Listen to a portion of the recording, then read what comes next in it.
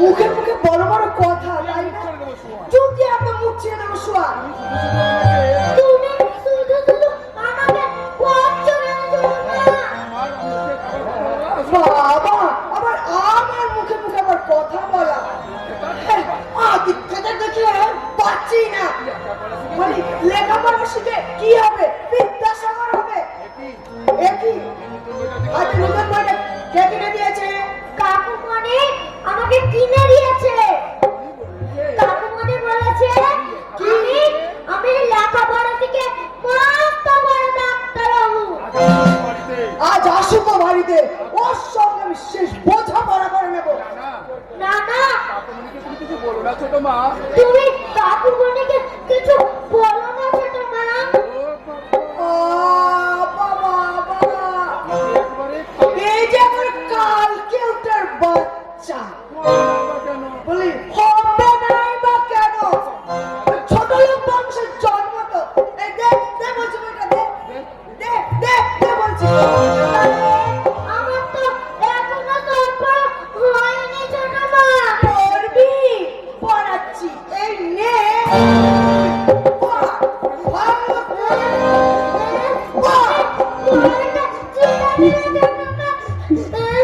বেশ করেছি।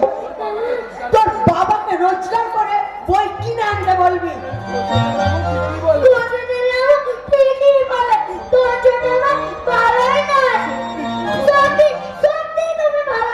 কি বললি? যত বড় মুখ নয় তত বড় কথা। বল, বল, বল।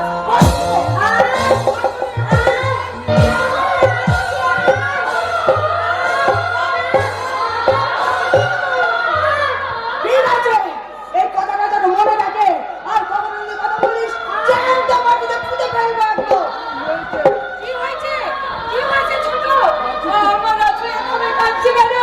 কি হয়েছে? কি হয়েছে আমার কুকুর?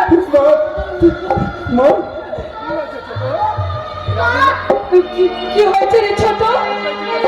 পয়সা হয়েছে, সেই কথাটা ওকেই জিজ্ঞাসা করো না কেন? লাকড়ির ছেলে আমাকে বলে কিনা? কি কি বলেছে রাজু? কেন কেন তুই এ কথা বলেছিস? তুই জানিস না ছোট মাকে এ কথা বলতে নেই?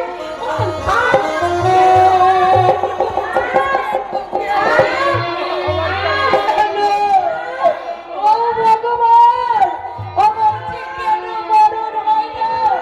কেন আমার মরণ হয় না?